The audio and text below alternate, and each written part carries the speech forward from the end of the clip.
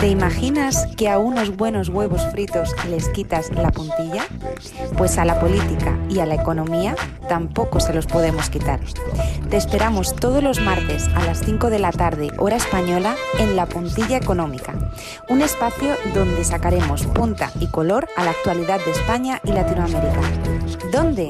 En Activa Radio, con Beatriz Triper, La Puntilla Económica. ¿Te sumas?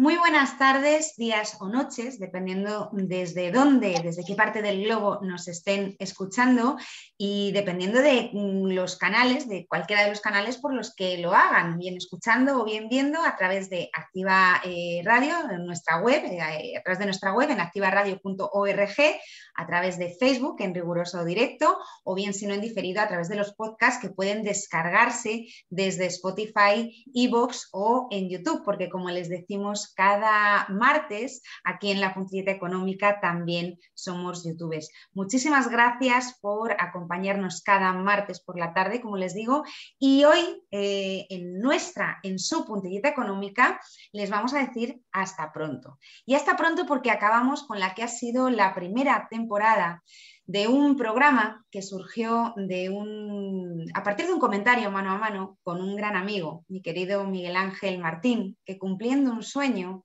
en plena pandemia, decidió emprender su propia aventura radiofónica y embarcarse en esta emisora, en Activa Radio, activaradio.org. Y unos meses más tarde, a finales del pasado mes de abril, cumplió otro de sus sueños, para que vean ustedes que los sueños se cumplen si se cierran fuerte los ojos y se creen en ellos. Bien, Miguel Ángel de abril, como les decía, comenzó a trabajar desde la Administración de Murcia por y para la economía real, por la internacionalización y la innovación empresarial de nuestros comercios, de nuestros autónomos, de nuestras pequeñas empresas. Hoy, Miguel Ángel Martín, que es director general de Comercio e Innovación Empresarial de la región de Murcia, quiero mandarte desde aquí un enorme abrazo y darte las gracias públicamente y de corazón por haber creído en mí, por contar conmigo siempre, por tenerme siempre presente. Muchísimas gracias, Miguel Ángel, y un beso enorme. Hoy martes 29 de junio les vamos a decir hasta pronto, acompañados por nuestros puntillistas que se irán incorporando poco a poco, puntillistas y amigos, porque también son nuestros amigos. Javier Esteban, presidente del Consejo Editorial de Ibercampus, consultor de comunicación en GECON y emprendedor y responsable de comunicación del antiguo Ministerio de Empleo y Seguridad Social. Enrique Jiménez Soler, que es fundador de ICU University, coach empresarial y, como luego le diré, mi faro, y les explicaré también por qué. Y doña Susana Linares, que también que ya está aquí, que ya está con nosotros, que es presidenta de Exibed, Excelencia para la Calidad Educativa en Iberoamérica, presidenta del grupo SLG Formación y una luchadora nata que ha roto moldes desde siempre. Muy buenas tardes, doña Susana Linares. Muy buenas tardes a todos. Qué placer tenerte aquí, como cada martes por la tarde a las 5 hora española, acompañándonos en esta última puntillita de la temporada. Muchísimas gracias, de verdad. Gracias a ti y a Miguel Ángel Martín también. Bien, pues como es nuestro último programa, vamos a hacerlo muy especial. Vamos a fluir y vamos a dejar que surjan las cosas. Pero antes, en nuestro último editorial locutado, me van a permitir que lo dedique a la libertad de expresión, a ese derecho fundamental que todos tenemos de opinar y de recibir ideas o comunicar informaciones sin injerencia de autoridades públicas, entidades empresariales, organismos y, por supuesto, sin consideración de fronteras o de género. Un derecho que, sin embargo, sigue hoy en parte penalizado, especialmente cuando se ejerce desde la calma y desde los tiempos que requiere contrastar y dar veracidad a una información. Si hay algo que hemos pretendido en esta puntillita económica, en su puntillita económica, es poner en valor ese derecho a decidir y opinar libremente, sin miedo a posibles vetos, presiones o insultos en redes sociales. Desde aquí, por cierto, un saludo a mis haters. Al hilo de esto último, al hilo de la libertad de expresión, a mí me surge una pregunta, y de esos ataques a la libertad de expresión me surge una pregunta. ¿No resulta paradójico que se censure la visión crítica que tenemos algunos mientras la verborrea de otros campe a sus anchas en un mundo virtual a través de, por ejemplo, tweets de 160 caracteres con los que se pretende atacar, muchas veces sin argumento, opiniones contrarias a ciertas ideologías políticas o resumir, que también se pretende resumir cientos de páginas de informes, horas de trabajo, miles de horas de trabajo y formación dando una visión sesgada de la realidad? ¿No les parece eso un poco ilógico? Que por un lado se ataque la veracidad y por otro lado esa desinformación campe, como les decía, a sus anchas. La respuesta para mí es evidente, aunque a la vista de lo que ha ocurrido últimamente, la semana pasada, con los indultos en España, no me extraña que algunos no lo tengan tan claro. Indultos que, por cierto, parecen estar siendo silenciados por el marketing de un gobierno que se parece cada vez más a esos grandes almacenes que todos tenemos en mente. Si no, piensen en la última campaña monclovita. Las sonrisas vuelven a las calles, como la primavera, como la Navidad o como el verano. En fin, señora Darias, señor Sánchez, yo no seré quien critique las sonrisas ni sus estrategias, todo lo contrario, pero sí les puedo asegurar que en el caso de las sonrisas, la mayoría de los españoles nunca hemos dejado de sonreír, pese a que nos vengan maldadas como nos vinieron el año pasado cuando estalló la pandemia y cuando el COVID apareció en nuestras vidas. Porque permítanme que les diga que sonreír también es libertad. Esa campaña de las sonrisas también ha silenciado el incremento del 76% de los concursos de acreedores en lo que llevamos de año.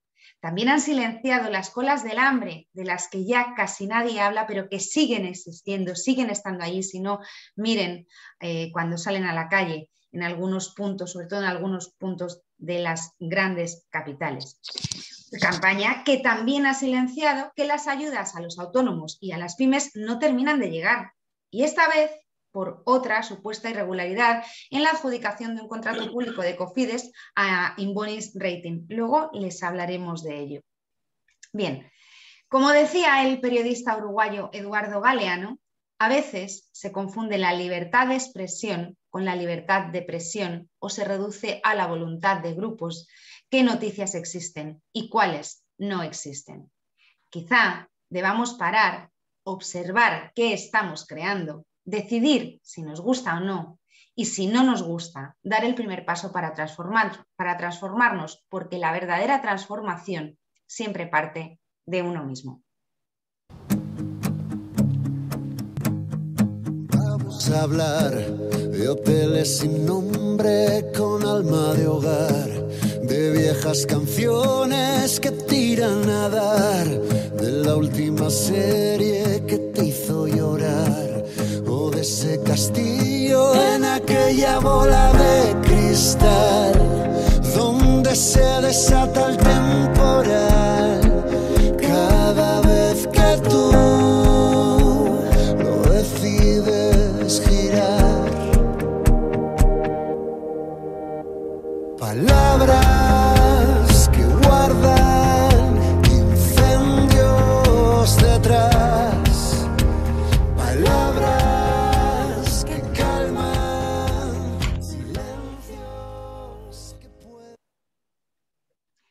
Bueno, pues con esas palabras nos cogemos nuestro puente aéreo y nos vamos hasta República Dominicana, porque ese país caribeño de menos de 11 millones de habitantes está de moda entre los estadounidenses. En concreto, y les digo esto porque en concreto, según publica el diario El País, a finales de mayo, República Dominicana tenía un 10% más de reservas de viajeros de estadounidenses para el mes de julio que en las mismas fechas de 2019, antes de la COVID. Un fervor por la República Dominicana, por este país caribeño que se extiende más allá de Estados Unidos, también se extiende a Europa. Fíjense, según el banco estatal Banreservas, las reservas internacionales para la zona Punta Cana bávaro superan un 37% las del año anterior y muchos hoteles están en los máximos de ocupación permitida, que son del 80%. Esto tendría que ver con los avances en la campaña de vacunación. Al parecer, el 100% de los empleados del sector turístico ya están vacunados, algo que no es de extrañar si tenemos en cuenta que el sector del turismo, el sector turístico, es clave para la economía de República Dominicana y supone el 22% de su PIB, sumando el impacto directo e indirecto.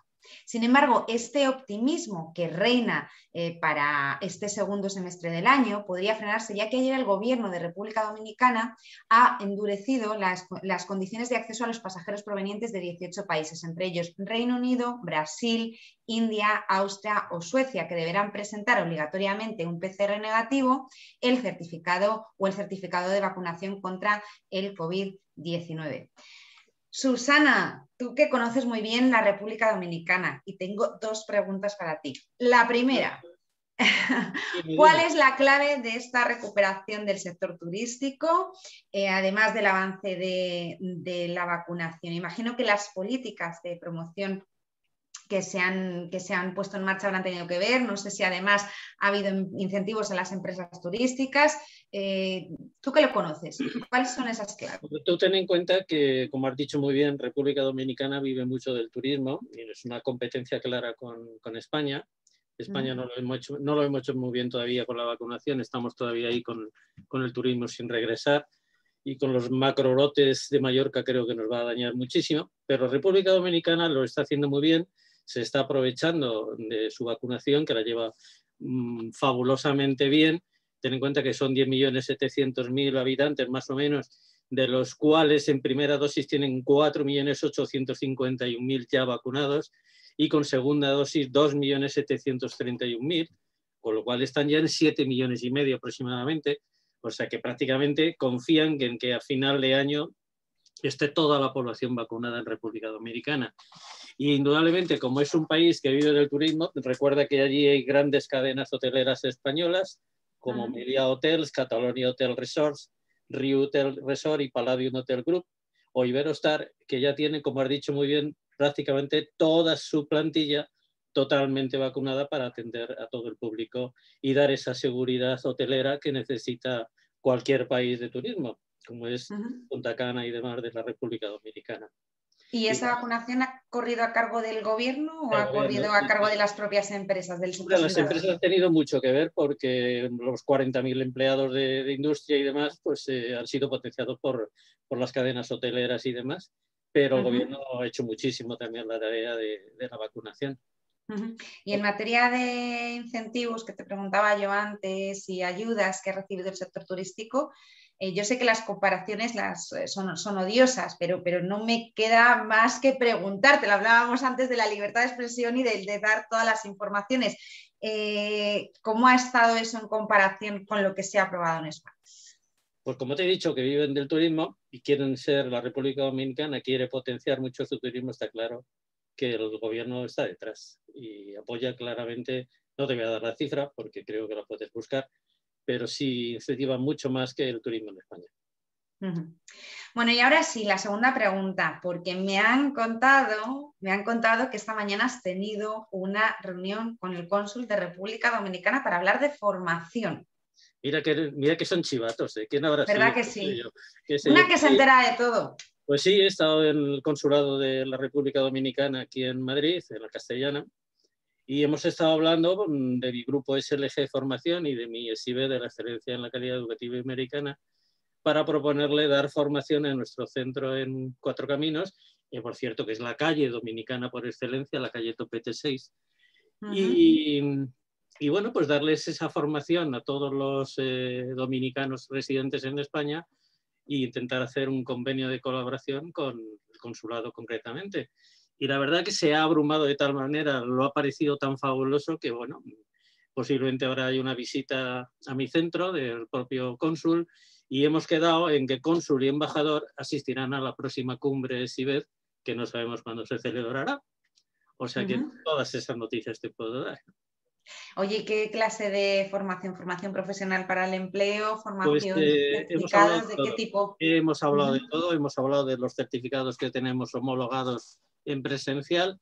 Ten en cuenta que el público dominicano no es un público muy cualificado, con lo cual, y no es muy constante, con lo cual los certificados tal vez a lo mejor sean difíciles, porque mantener un año a un alumnado en presencial es difícil, pero como los estamos homologando en online, pues a lo mejor online sí, y en nuestra plataforma online con el convenio con la Universidad Antonio de Nebrija le ha parecido muy fabuloso, con lo cual tienen también la titulación y los créditos de la Nebrija, y ahí hay titulaciones con cortas, con 80, 100 horas, 200, que eso sí es asequible además para sus sectores como camarero, cocineros, etcétera, etcétera, informática básica, pues eso le vendría muy bien y creo que eso le ha llegado muy bien. Por cierto, al hilo de lo que estás comentando, eso sí que me lo has comentado, tú puedo desvelar la fuente porque la tengo delante. Me decías un día hablando, pues comentando pues, temas de formación y demás, que hablabas antes de la inconstancia de los dominicanos, que bueno, también se produce en otras nacionalidades, incluida la española, y me decías... Estamos pillando igual, ese carácter lo estamos cogiendo. Estamos copiando lo malo entonces, ¿no? Lo malo, sí, Me decías que si no terminaban un número de horas, a vosotros nos descontaban o nos computaban ese curso. Cuéntame, porque eso es algo que se desconoce y claro que lo padecéis también las empresas de formación. Se desconocen muchas cosas de la formación para el empleo, de los certificados de profesionalidad. Sí. Se desconoce cómo prácticamente los centros de formación hacemos como ONGs, es decir, ponemos nuestro dinero sin saber qué es lo que vamos a cobrar de la subvención. En teoría sí hay una subvención ahí planificada y en teoría pides un anticipo para poder hacer esta formación. Antes, para ese anticipo se pagaba también un aval, que encima si te pagaban a 3 años, estabas pagando el aval 3 años, con lo cual perdías más dinero que lo que ganabas. Pero sí tienes toda la razón que tú empiezas con 15 alumnos, en teoría se te certifican 15 alumnos y te van a pagar la subvención por 15 alumnos, y si se te cae alguno por el camino que no es tu culpa, pues lo pierdes. Y te quitan. Aunque lo justifiques, que era lo que yo te preguntaba. O sea, tú has justificado que en el caso que me comentabas tú, faltaban 2 horas o algo así, ¿no? Para 2 días. 2 días. 2 días que se pudiera aguantar el alumno, habernos firmado los 2 días y haber aguantado 2 días más y hubiéramos terminado con 15 alumnos, pero no hemos terminado. Sí, pero bueno, que incluso a veces puede ser porque les haya surgido, que yo te decía, digo, pero es que si les ha surgido a esta persona un trabajo y tiene que dejar el curso... Bueno, lo pagas tú el pato, también. Si es por trabajo y te lo justifican, que a veces sí. es no justificable porque no te lo presentan, te traen el contrato y sí te lo cuenta como alumno. Pero en el caso de que se vayan por otro tema cualquiera, o por, yo qué sé, porque no le ha gustado, o porque se ha cansado, o por, yo qué sé, por la constancia que hemos estado hablando, pues, y si te van 2 días antes de cumplir el 75% de la formación del curso, pues has perdido y son 500 y pico de euros menos de la subvención. Aparte de lo que te quiten por otros motivos de facturas que no les guste, etcétera, etcétera. Y estamos hablando del pago a 4 años, que ha recibido la resolución de pago Eso te iba a decir, enhorabuena, te iba a dar la enhorabuena, Susana, por ese que después de 4 años vamos a cobrar, a ver cuándo lo veo ingresado, por lo menos. Esos cursos, pues eso. Enhorabuena, Susana, y mucha suerte con los siguientes pasos que vayáis a dar. Intentamos levantar la formación y nuestro centro por todos los medios habidos y por haber. Como ya sabes, soy una luchadora, hago los imposibles y me presento al Papa si es necesario. Pues yo te lo he dicho, vamos, tú lo has dicho también, eres una luchadora, o sea que yo estoy convencida de que lo vas a sacar adelante. Pues bueno, pues con esa enhorabuena, con esos proyectos que seguro se harán realidad y nos lo contarás aquí en la puntillita económica a partir del mes de septiembre, volvemos a coger la espumadera. Y cuando llega el nuevo día, me juras que cambiarías, sí, pero vuelves a caer. Te dolerá todo el cuerpo, me buscarás en el infierno, porque soy igual que tú.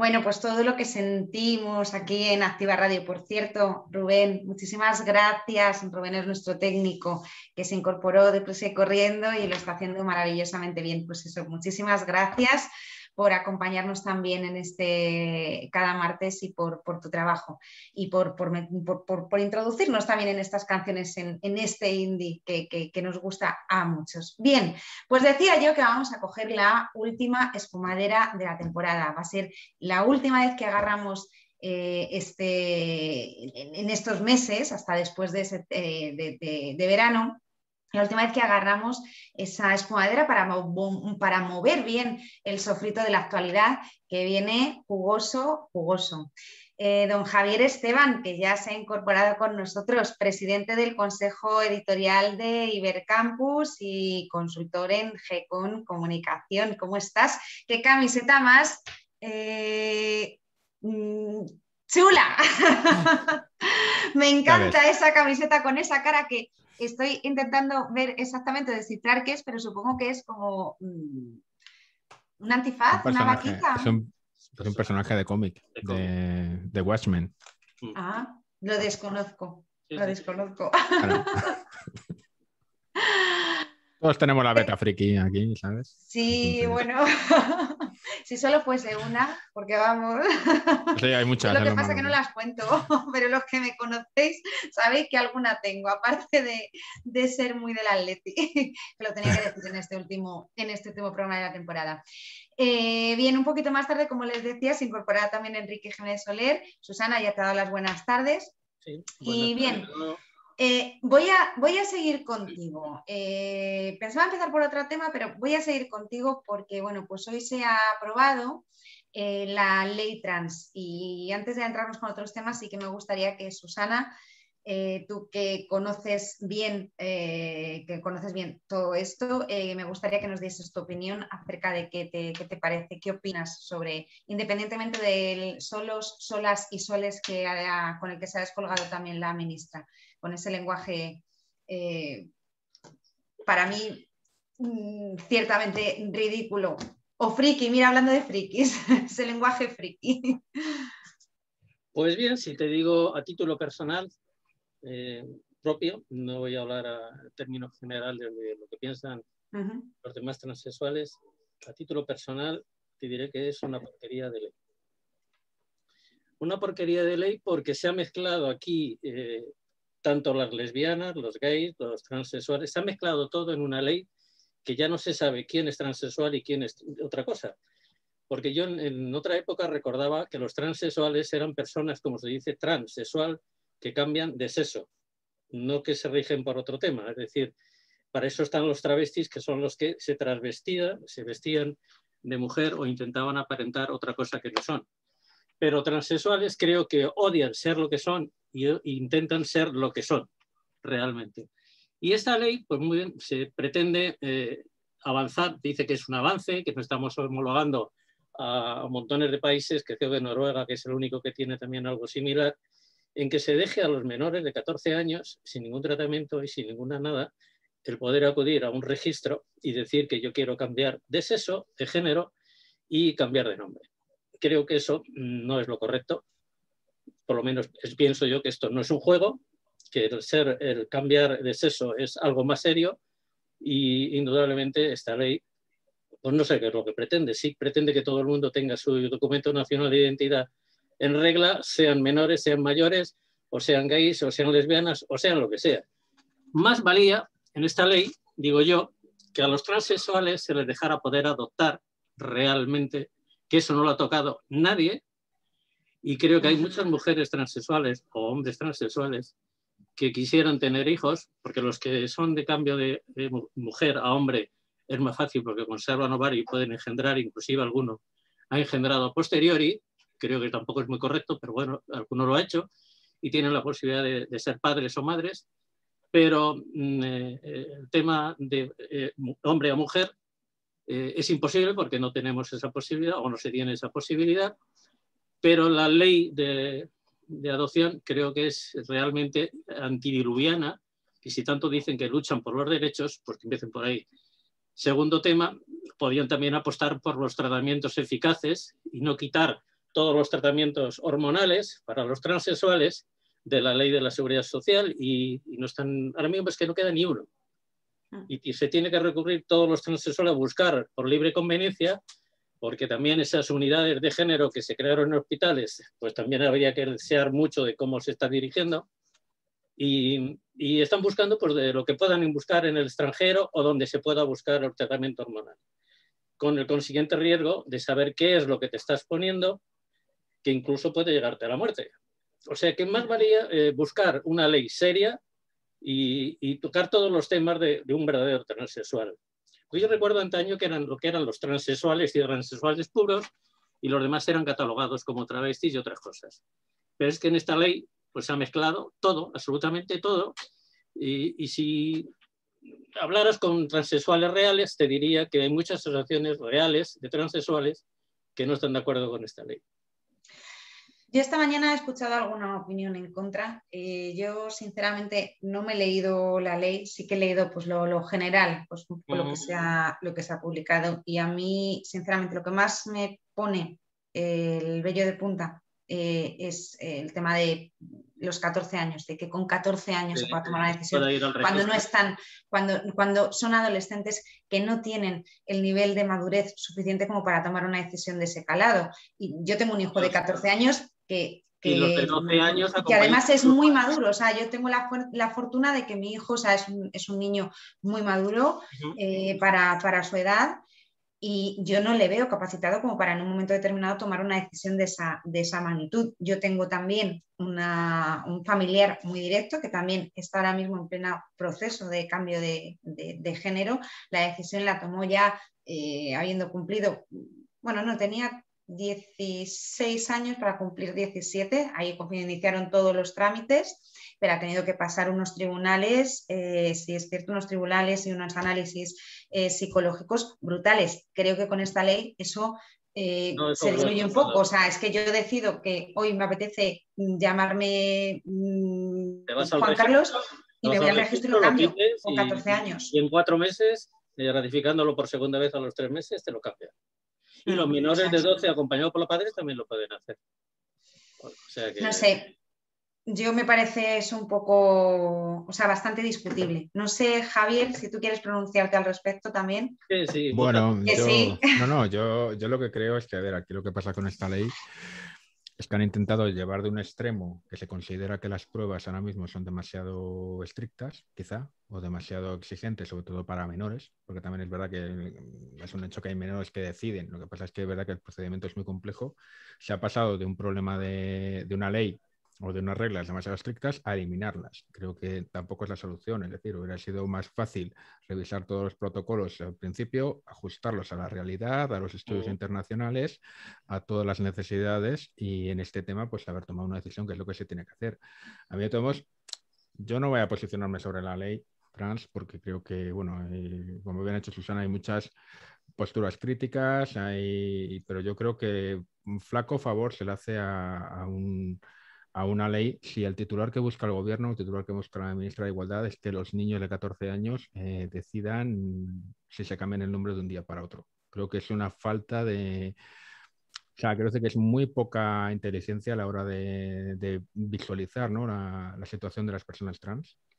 Creo que también, como bien dice Susana, ahí hay un problema con el tema del tema del LGTBI, siempre es un poco complejo, ¿no? Porque es muy fácil hablar de colectivo LGTBI, pero hay que entender que son muchos colectivos ahí, que hay todo tipo de personas. Entonces, hay algunos que no se sienten incluidos en el gran paquete, hay gente que quiere una ley específica porque sus situaciones y sus problemas son diferentes. Yo, por ejemplo, estoy convencido de que un transexual no tiene la misma situación que a lo mejor un homosexual, pero eso es una cosa que mucha gente no entiende, pero es que es así.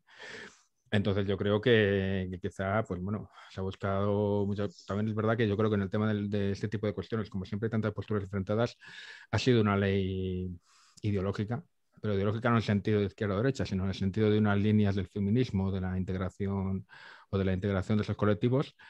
Y ahí habrá mucha gente a la que le haya sorprendido la respuesta de los colectivos feministas, la respuesta de colectivos transexuales, la respuesta de colectivos LGTBI también.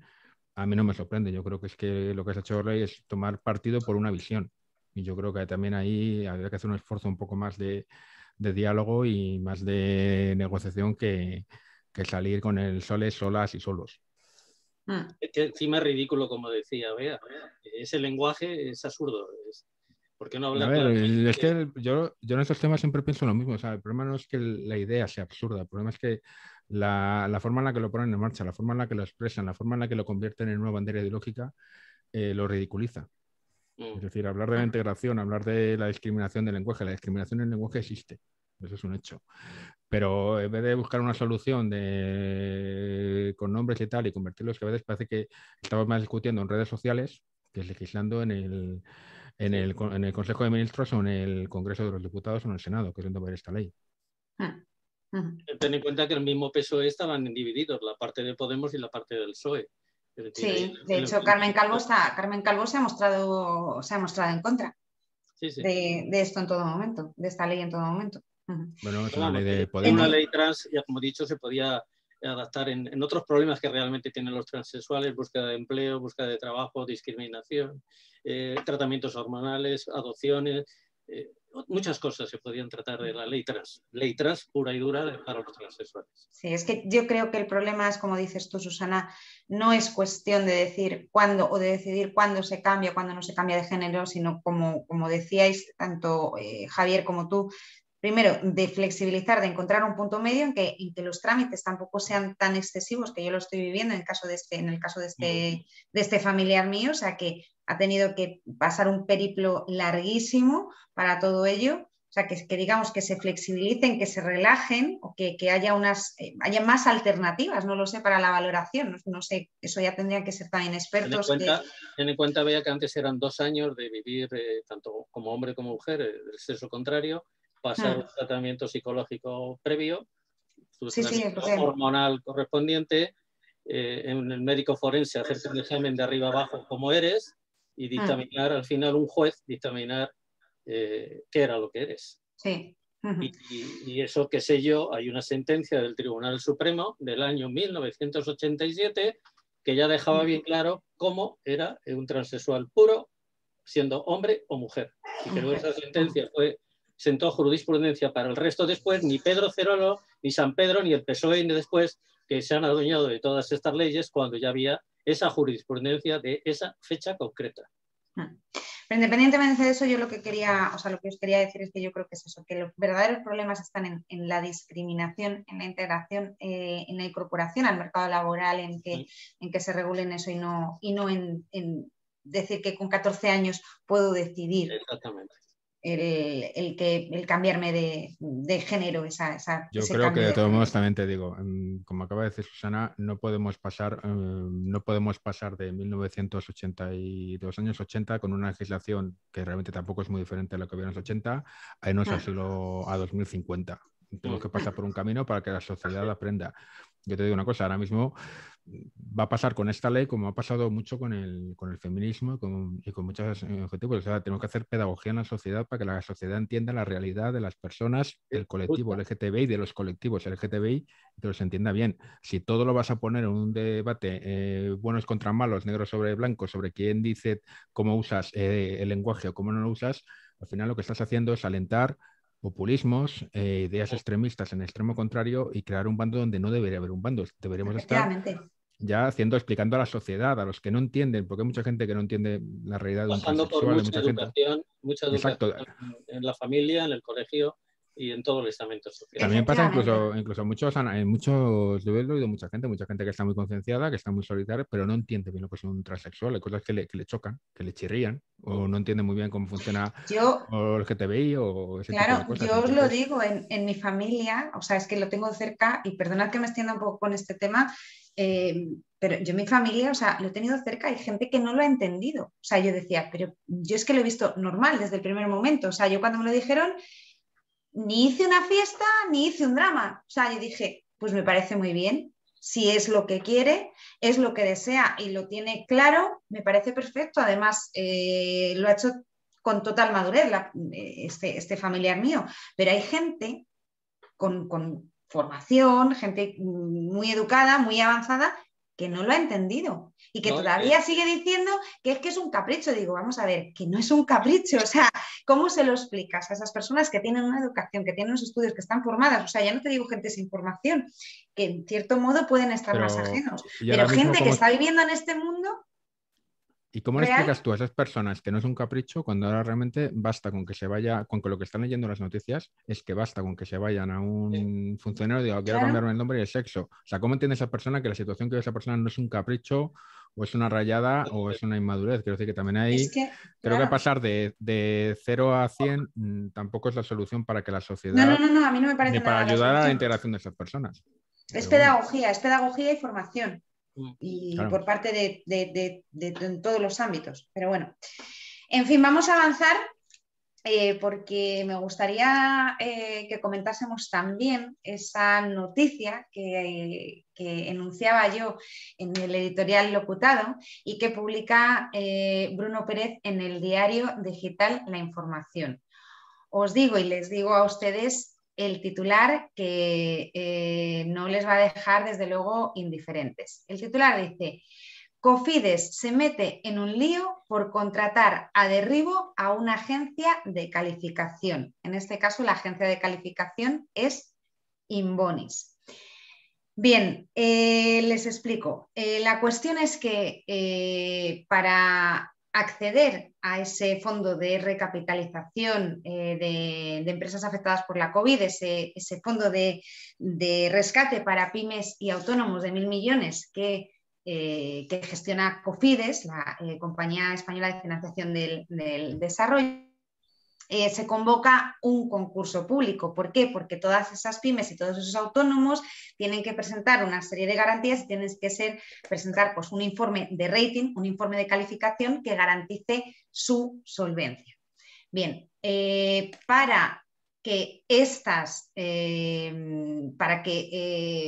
determinar o designar a una agencia de calificación que se encargue, se convoca un concurso público. Bien, se presentan, lo que yo tengo entendido, la información que tengo, se presentan 2 agencias de calificación, Inbonis, españolas las 2, Inbonis y Accessor Rating. Inbonis, que es una agencia de calificación que lleva muy poquito tiempo en el mercado, que además, curiosamente, ha recibido también financiación por parte de Cofides y que presenta una oferta a la baja de un 80% inferior al precio de salida.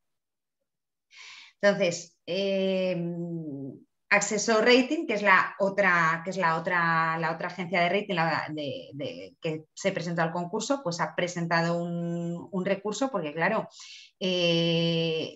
la adjudicación pues tiene ciertos...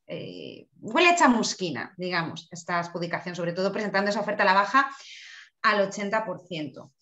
¿Todo esto en qué va a derivar? Pues en lo que decía antes, que el dinero a las pymes va a seguir retrasándose, porque hasta que no haya resolución no va a llegar. En fin, ¿qué opináis de todo esto? ¿Estamos ante un nuevo plus ultra? Estas adjudicaciones irregulares que se producen en el seno de las empresas o de determinadas empresas públicas. Por cierto, hoy me ha sorprendido un anuncio de CESCE, también, empresa pública, que ha aparecido en una radio, ha sonado la primera vez que lo escuchaba yo en una radio, que CESCE tiene publicidad, que me parece bien, pero bueno. Bueno, les ¿Qué dan opináis? publicidad. No, Javier, venga, tú mismo. No, que digo que les dan publicidad, porque los fondos europeos, todas las ayudas europeas tienen que ir con publicidad. O sea, no vamos a tener vallas como en el plan E, pero vamos a tener anuncios y bombardeo en redes sociales. Bueno, espero que no tengamos vallas, que tampoco lo descarto.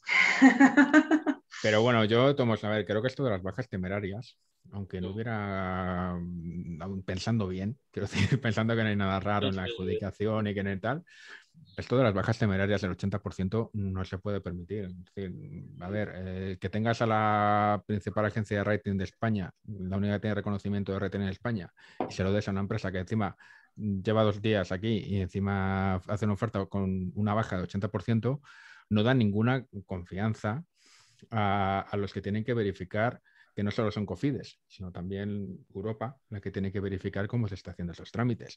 Es decir, yo creo que también a ver, si el procedimiento se hace con todo rigor, toda seriedad, se analiza, pros y contras, vale, perfecto, pero parece que no sea así, porque también te digo, Accessor es una empresa seria, no va a denunciar este proceso porque no le han dado concurso, lo denunciará porque ve cosas y porque ve motivos para hacerlo, lo cual Hombre, también es una cosa que agrava el tema. es que fijaros la diferencia. La oferta de Inbonis es un precio máximo de 600.000 euros a 1.200 euros el informe. La diferencia con Accessor, que Accessor también plantea una baja sobre la oferta, que eso es normal, o sea, hasta cierto punto es normal. Plantea una baja, pero ofrece, la oferta de Accessor es de 1.475 millones a razón de 2.950 euros el informe. O sea, estamos hablando de más del doble por informe. Vea, esto me suena mucho a las bajas temerarias en las adjudicaciones de la Comunidad de Madrid de la formación para el empleo, de lo que salía a licitaciones. Y de todas las comunidades autónomas. Y de todas las comunidades. También es que yo lo he vivido, es decir, cómo se sabe, inclusive el centro que presentaba la baja temeraria, cómo sabía a dónde llegaba el precio máximo posible, digo yo que sería de algún chivatazo de algo, para poder bajar de ese precio, para llevárselo. Y encima las comunidades, eso que se supone que está prohibido, las bajas temerarias de cierto límite bajar, pues se adjudicaban, luego se adjudicaban. Es más, ha habido empresas que yo conozco que estaban expedientadas en la propia Comunidad de Madrid y no podían ir a las licitaciones de cursos y cambian el nombre de repente de la noche a la mañana, se presentan a la licitación, hacen bajas temerarias en las que se paga, lo que tú hablabas antes del precio tuyo también por hora, a 9 euros la hora del profesor del certificado de profesionalidad, que es imposible, porque si das libros y te pagas el precio y miras el tope que él había puesto de la licitación, es que no llega, es que no puede dar, ni hay calidad ni hay nada, es que no llega con ese precio. Y sin embargo se adjudican los cursos. Entonces, claro que hay algo por detrás, que huele mal, no mal, peor. De todos modos, a ver, 1.200 euros por verificar la calidad crediticia, o digamos la sostenibilidad, mejor dicho, perdón, de una empresa, a mí no me inspira confianza. Es decir, vamos a repartir millones, vamos a repartir miles de millones, bueno, cientos de millones a muchas empresas y se tendrá que hacer con una verificación, pero es que creo que la parte de que se haga una verificación clara, que no haga perder dinero ni a España ni a Bruselas, porque ten en cuenta que ese dinero lo vamos a adelantar. Ese es el dinero que vamos a adelantar nosotros. Que Bruselas, cuando todo el procedimiento se haga bien y las empresas funcionen, nos hará. O sea, el dinero que vamos a pagar nosotros con nuestros impuestos. Si las empresas de golpe empiezan a caer o empiezan a entrar empresas que no cumplen los requisitos y fracasan, ese dinero no nos lo va a dar Bruselas. Ese dinero se va a quedar en nuestro edificio y lo vamos a perder. Con lo cual, creo que esas cosas también hay que hacerlas con un poco de seriedad, que no es un tema... Parece que lo que están haciendo es minimizar los requisitos o minimizar el coste de los requisitos para hacer una especie de barra libre de medidas que al final van a acabar perjudicando más la situación del déficit en España, que es lo que ocurrió en 2008. Sí. Con el plan E y con todas las medidas del plan E. O sea, el plan E fue un plan de rescate europeo, también salió de un plan de rescate europeo, de fondos europeos. Se hicieron productos, pidieron a Bruselas, se hicieron un montón de productos. Al final, eso solo sirvió para disparar nuestra deuda porque Bruselas no se lo creyó y nos acabó interviniendo. Entonces vamos a decir las cosas como son. A mí este tipo de experimentos en este momento me parece que están fuera de lugar. A mí me parecen bastante peligrosos. Fijaros que además, o sea, dice, una de las alegaciones que da Inbonis es que desde febrero de 2020 ha emitido 45 ratings no solicitados de pymes. No solicitados, ojo.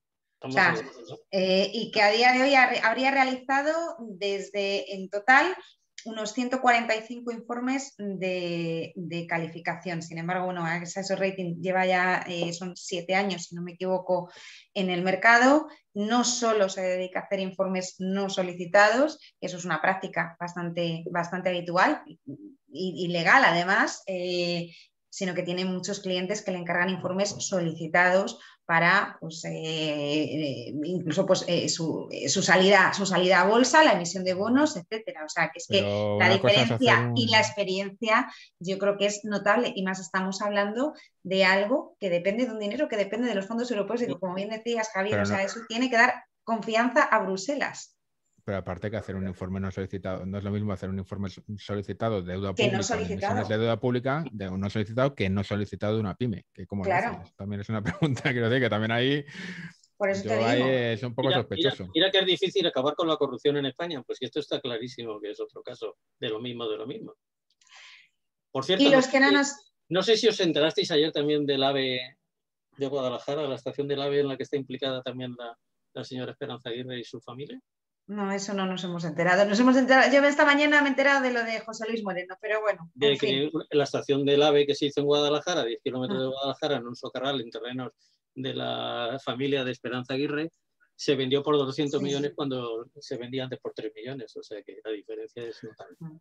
Bueno, En sí, fin. la tenemos por aquí cerca. A mí es una experiencia Sí. lo de, lo de la estación de la Vera. Yo creo que ha sido una odisea Me suena que es lo estupenda. mismo, es decir, yo te adjudico, te doy la solvencia, pero claro, si lo llevas a Europa, Europa tendrá que pedir descuentos de cómo se ha hecho todo este tema.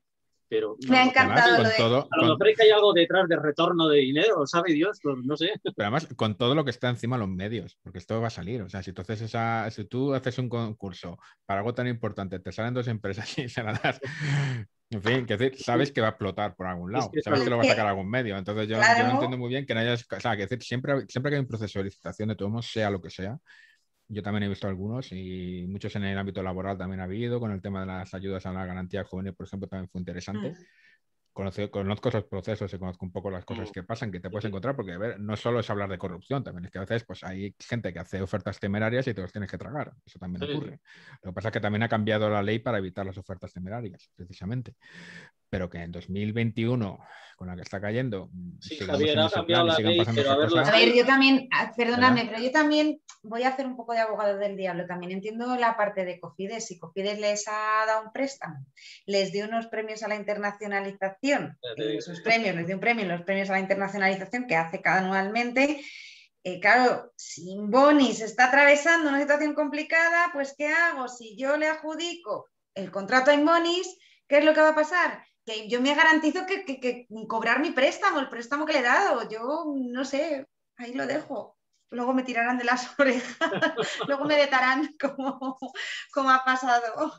Yo la verdad es que Cofides creo que, no sé, vamos, a lo mejor si invierten en publicidad como están haciendo, pues a lo mejor llegan un poco más, pero es que tampoco es que este lío de nombres de empresas que ni públicas, con todo este mare magnum de empresas públicas, que yo Cofides me recuerda a Cofidis, y tenía que decirlo. Sí. Con todo este lío de empresas públicas y préstamos públicos, vamos a ver muchas cosas como esta. Y vamos a no verlas también, que hay cosas que no vamos a pasar. Dentro de 6 o 7 años habrá una fiscalización del Tribunal de Cuentas, habrá una fiscalización de Bruselas, nos sacarán los colores, pero como habrán pasado 6 o 7 años, nos quedaremos como estamos. Bueno, Vale. como habrán pasado 6 o 7 años en los que también habrán pasado muchas cosas con nuestras pensiones. Javier. Dos o tres reformas Con nuestras más, por lo pensiones menos. pueden pasar de todo. Vamos, no sé si los que estamos aquí la vamos a llegar a cobrar. Javier, no sé tú, yo lo tengo Yo ahí en soy duda. autónomo, así que tengo mis dudas Ojo que bastante. yo la estoy cobrando, a ver si me la van a quitar, ¿eh? No sé yo. En fin, Javier, publicabais hoy en Ibercampus una noticia al hilo de ese acuerdo con las pensiones, que además a mí me ha encantado porque abrís con un titular completamente distinto al del resto de medios que dicen, bueno, pues las claves de la reforma de las pensiones o las claves del acuerdo de pensiones. A mí me ha encantado el Llevan titular. 3 meses filtrándola, ya no lo sabemos Que todos. dais, claro, a mí me encanta ese titular que dais de la que decís que el ministro Escrivá afirmó que la Seguridad Social no debería tener déficit tras excluir los gastos impropios. Cuéntanos tú ayer que estuviste en el briefing, ¿crees que realmente ese déficit trasladando los gastos impropios a Hacienda va a implicar esto una subida de impuestos a los ciudadanos? Porque claro, todo lo que pasa a Hacienda tendrá que salir de algo. ¿De dónde va a salir? Pues del bolsillo de los contribuyentes. Digo yo, no lo sé. A ver, yo lo primero que tengo que decir es que, eso sí que tengo que decirlo, sabes que a veces atizamos al gobierno y muchas cosas. Yo creo que han hecho un ejercicio de transparencia en esta reforma que merece cierto reconocimiento. Es decir, ayer, desde todo lo que han ido comentando, es verdad que, que han filtrado mucho porque casi todo lo que todo lo que se aprobó lo había leído el domingo, que lo firmó Antonio Maqueda en El País, con lo cual Sí. ya no lo sabíamos todos. Por eso tiré por otra cosa, porque ya no había nada de contar. Pero sí que en la intervención que ha hecho el gobierno, el briefing en el que hicieron ayer en todos los ámbitos, me pareció que, bueno, que ellos han presentado un plan, pero ten en cuenta que es un plan que que es la primera parte de la parte Sí. contratante. Es decir, esto es la primera parte. Ellos han hecho un cálculo es un plan que está orientado a, primero, volver a subir las pensiones con el IPC y hacer ajustes contables para trasladar el déficit a presupuestos. Derogar el factor de sostenibilidad es casi una formalidad porque el factor de sostenibilidad estaba derogado de facto, nunca llegó a entrar en vigor. El nuevo factor de sostenibilidad, que no lo quieren llamar factor de sostenibilidad, pero es factor de sostenibilidad, porque la idea del factor de sostenibilidad no se la inventó Rajoy, la inventó la reforma de Zapatero y es una cosa que llevan diciendo, bueno, en el futuro será un factor de sostenibilidad. Rajoy hizo el suyo, pasó lo que pasó, no gustó a nadie. Ahora el PSOE o Podemos va a hacer el suyo propio, que eso está pidiendo Bruselas, lo va a hacer en 5 meses. En noviembre hablaremos de una reforma de las pensiones, porque en noviembre va a ser cuando decidan el factor de sostenibilidad, las pensiones máximas, los autónomos, todos los cambios. Veremos si eso llega a algún sitio y se sale de acuerdo, porque harán parte de una cosa fácil, por decirlo así. Que tiene mérito haber que hacer un acuerdo en pensiones, sí. Que tiene mérito la ambición que tiene de pasar 22.000 euros al año, 22.000 millones de euros al año en presupuestos, sí. Eso también tiene mérito. La cuestión es, ¿va a servir para algo? A mí me llama mucho la atención precisamente esas palabras del ministro, porque además lo que ha hecho el acuerdo, es el Pacto de Toledo decía que esto se hiciera, que en 2023 se cerrara ese equilibrio, el gobierno dice que lo van a hacer en 2022, que en el acuerdo ahora mismo. Entonces, claro, digo, bueno, la pregunta es, ¿se pueden pagar pensiones solo con los gastos en cotización? Y es una pregunta que es esa complicada. Yo la verdad es que veo mucho, o sea, espero que sí, pero veo mucho optimismo y la verdad he visto muchas veces, porque tú sabes muy bien que el tema de la separación de fuentes no es nuevo, el tema de la separación de fuentes de los gastos Lleva impropios. coleando mucho tiempo. Sí, pero es que se ha zanjado 7 veces ya, que si lo zanjó Caldera, que si lo zanjó Zapatero, lo zanjó Rajoy en 2013, de hecho legalmente ya es oficial la separación de fuentes. Ahora lo quieren hacer otra vez, pero mientras hacen la separación, esa especie de trasvase, el gobierno en la pandemia, y eso es una cosa que dijo el Pacto Toledo, aprobó 20 decretos de medidas con cargo a la seguridad social.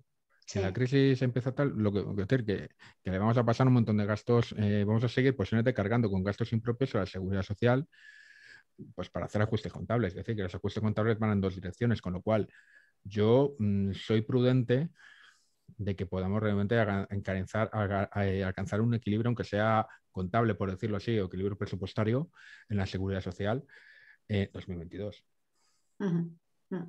Y una pregunta, Javier, porque cuando se habla de gastos impropios, ¿a qué gastos impropios se refieren? ¿Incluye ahí también el tema que se habló en su momento de que las pensiones de muerte y supervivencia, viudedad, orfandad y favor de familiares pasen también a costa de presupuestos?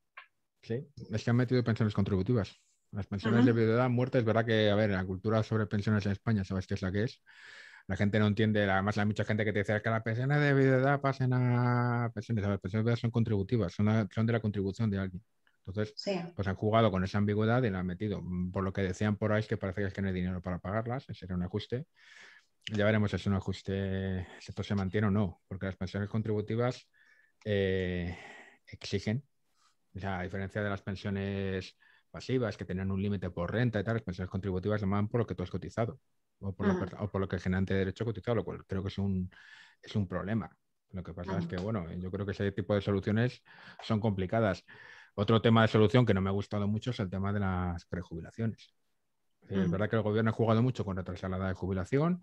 Es verdad que ha habido incluso mucho ruido, que si la gente se retrasa más. El cálculo del gobierno es que la edad real de jubilación se va a ampliar 2 años, hasta los 66 años.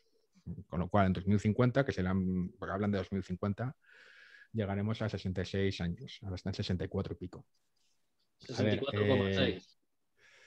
64,2 o 6. Vale, es que cada día me la cambian, pero sí, va avanzando mucho, pero avanzando muy despacio.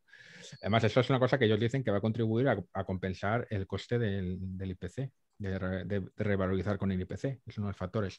A mí el problema es que esto lo han hecho, digamos que lo tienen congelado un par de años, es decir, no lo van a aplicar inmediatamente, se va a hacer, aparte que se va a hacer progresivamente, no se va a aplicar inmediatamente, con lo cual todas estas prejubilaciones escandalosas que están llenando titulares, prejubilaciones además pedidas por los sindicatos, como ha sido el caso de Sí, CaixaBank, salieron en CaixaBank, guerra porque, oye, prejubilar no, claro.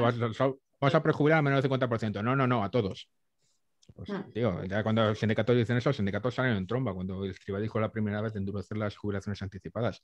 Entonces, a mí que esto ha sido con un acuerdo, pues digamos que hace pensar que no va a tener mucho impacto en lo que va a pasar en los próximos 2 años en términos de regulaciones de empleo y prejubilaciones. Y yo creo que soy bastante escéptico con que eso realmente frenemos temas como el edadismo, el retiro, porque no es solo que jubiles a los de 65 o 63, sino que es que despides a los de Es 55 que para que se esa es jubilen a una los de de las, 64.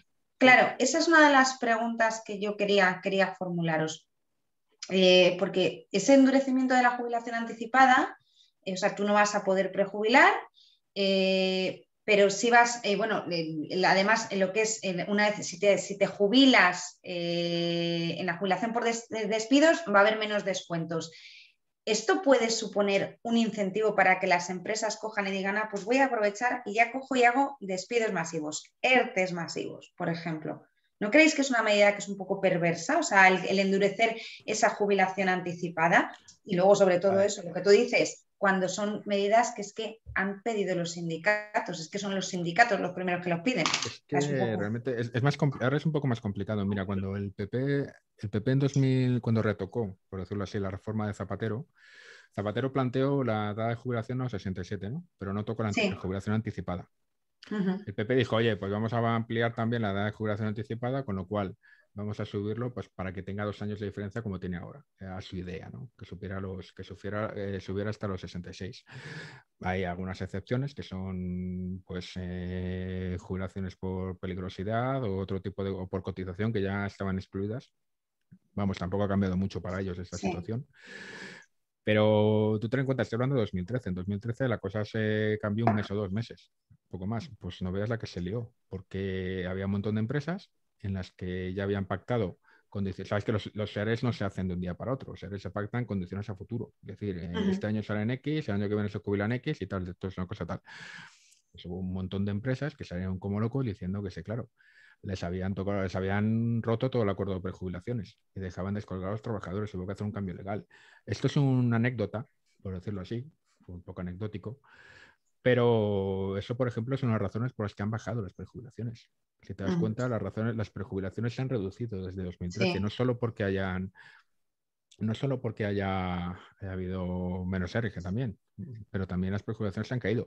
Los bancos, que son los casos más mediáticos, que es más mirado, no planteaban hacer prejubilaciones masivas, planteaban menos prejubilaciones, de hecho han pedido más los sindicatos. Eso es un poco lo extraño de esto. Entonces ya las prejubilaciones ya estaban un poco desincentivadas en este tema. La cuestión es ahora mismo, pues bueno, pues que las prejubilaciones son condiciones muy ventajosas para los trabajadores. Para algunos, en unos sindicatos, son muy... Porque a una persona de 55 años dice, oye, me despiden con 50 años, me dan una cantidad, aguanto, me jubilo anticipadamente en cuanto puedo y con eso tengo una pensión máxima. Eso es una cosa que los sindicatos lo venden como victoria. ¿Qué pasa? Que ahora la verdad lo que estás haciendo es crear o alimentar una cultura de expulsión de la gente a partir de cierta edad. Porque ya no es solo, porque el problema es que está muy bien hablar de lo que pasa en los seres, de las grandes empresas, pero lo que pasa en las pequeñas que no hacen prejubilaciones masivas ni las pagan, lo están castigando. Entonces yo creo que a mí me preocupa. A mí de todos te digo una cosa, que en este país la mayoría del paro, más de la mitad de los parados tengan más de 45 años, no se debe a las prejubilaciones de los grandes bancos, se debe a las prejubilaciones de las medianas y pequeñas empresas. Entonces, creo que también estas soluciones así un poco a brocha gorda y en la mesa del diálogo social me parece que se van a quedar bastante cortas y no van a corregir el problema. Y Susana. Yo tengo una duda. Dentro de nada vienen todos los jubilados del baby boom, con lo cual pasaremos de los 22.000 millones de jubilaciones a casi el doble. yo no sé si va a ser sostenible, porque siempre se está oyendo lo mismo de que si las pensiones van a ser sostenibles a futuro y demás, que aunque se pasen a presupuestos general del coste del Estado, yo no sé si esta cantidad tan grande de jubilaciones que se viene no tardando mucho, se va a poder cubrir con dinero o vamos todos a la quiebra. A ver, el problema es que aquí están jugando con plazos. Es decir, el baby boom no va a ser no va a ser de anoche a la mañana. Va a ser a partir de los próximos 5 años, posiblemente. Entonces va a haber una subida. No va a ser un incremento de 1 millón más de pensionistas al año, pero va a ser a lo mejor de 100.000 más, lo cual ya es una burrada, con lo cual el contenido, la cantidad va a ir subiendo. El problema está no solo que el sistema lo pueda asumir con la incorporación de las personas del baby boom, sino con los sueldos que hay hoy día. Porque el problema está en que tú cuando te jubilas generas unos derechos. Sé que hay gente que en este país que no entiende que las pensiones, lo de solidaridad intergeneracional, hay gente que no lo entiende. Pero cuando te jubilas, has generado un derecho y ese derecho se tiene que cubrir. ¿Qué pasa? Que te lo están pagando gente que a lo mejor cobra menos que tú o ha generado menos derecho que tú. A mí la verdad es que los argumentos que se está dando el gobierno para compensar este gap de entre edad y precariedad, que se van a juntar las dos cosas, no me convencen demasiado. Por eso la verdad es que yo creo que no lo veo. Por eso te digo que me parece muy llamativo lo del tema de que esto con pensiones y cotizaciones se cobra. Pues hoy día sí. Pues sí. La verdad que hoy mismo todas las pensiones todos los meses las pagamos sin problema si tuviéramos que tocar el fondo de reserva. Exacto, si tuviéramos que tocar el fondo de reserva, pero el fondo de reserva no lo hemos comido en 2 años, o 3 años casi. Rajoy no hizo nada más que sacar dinero del fondo de reserva. Sí, pero que Rajoy hizo una reforma de las pensiones para evitar el déficit justo antes de empezar a tocar el fondo de reserva. También ha seguido tocándolo Pedro Sánchez, lo han tocado todo. O sea, que dice que yo no me fío de las reformas, pero es que ya no hay fondo de reserva. Entonces, pero fíjate, esas reservas solo se han tocado en las pagas extras. Solo ha habido que coger un pellizco más en la paga extra. Si tuviéramos pero yo creo que habrá un momento, a lo mejor dentro de 10 años, en el que empezamos a tener problemas para pagar a nómina mensual. Y yo soy escéptico, con lo cual creo, cuando soy escéptico, en ambos sentidos, habrá que tomar otras medidas de que esto sea sostenible a corto plazo. Yo pues digo que creo que en 5 años o 6 años se hablará de otra reforma. La próxima reforma del Pacto de Toledo se hará, ya ver, está bien que esta reforma de hoy salga con un acuerdo del Pacto de Toledo y salga con medidas, pero es que el Pacto de Toledo ya tiene que ponerse a trabajar para la próxima reforma. Es que yo creo que yo creo que se están haciendo reformas que lo que hacen es poner un parche, pero no se ataja los problemas de base. O sea, yo creo que los problemas de base no se están atajando, entre ellos el de incentivar la natalidad, o sea, y mejorar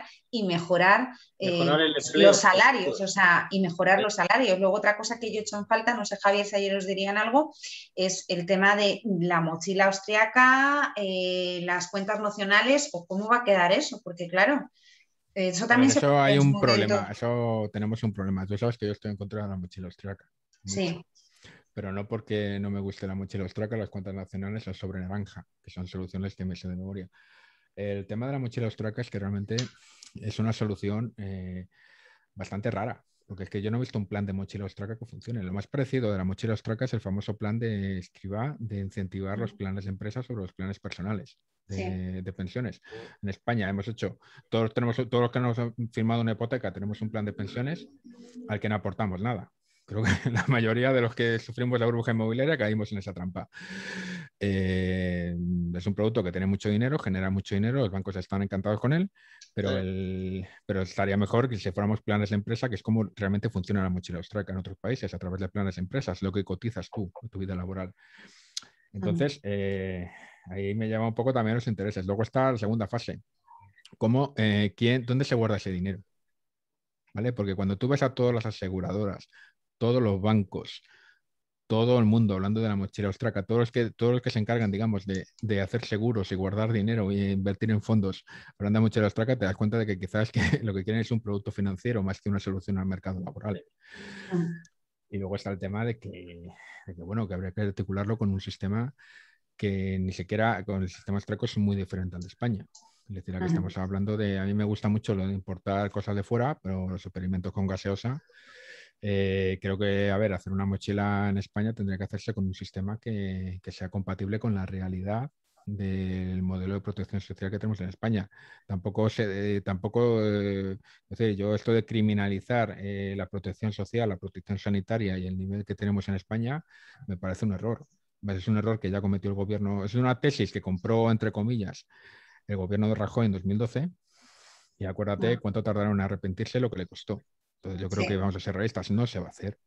O sea, no Ajá. vamos a entrar en un sistema mixto de pensiones, no vamos a implantar una mochila austriaca como la austriaca, porque no tenemos el sistema de protección social de Austria. Entonces, vamos a diseñar un sistema, vamos a coger lo que tenemos y vamos a mejorar el sistema. Entonces, a mí la postura de la mochila austriaca, la postura de ciertas cosas me parecen posturas maximalistas que quizá alimenten, que no sean demasiado, que hay que plantear, pero hay que plantear de una forma constructiva y que no se va a parecer en nada a la mochila austriaca realmente. Yo creo que ahora mismo tenemos que revisar el sistema público y complementario. El sistema complementario es un desastre, que es una cosa de la que no se habla.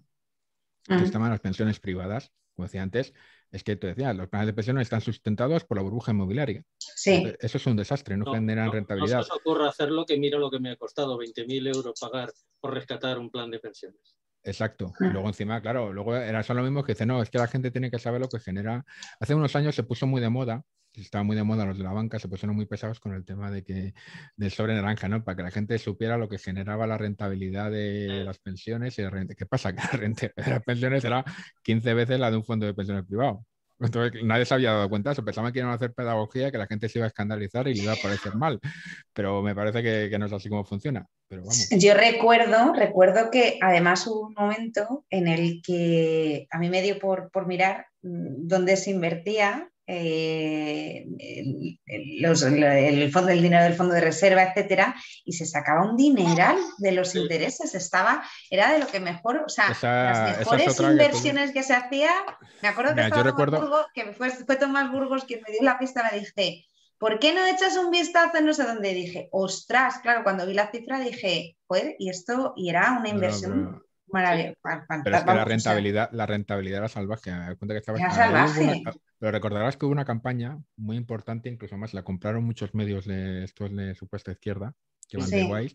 Yo recuerdo un editorial de un medio que no voy a citar, pero recitando una editorial, o sea, volviendo a citar a su vez una editorial de Wall Street Journal, quejándose de que el Fondo de Reserva de España está invertido en deuda.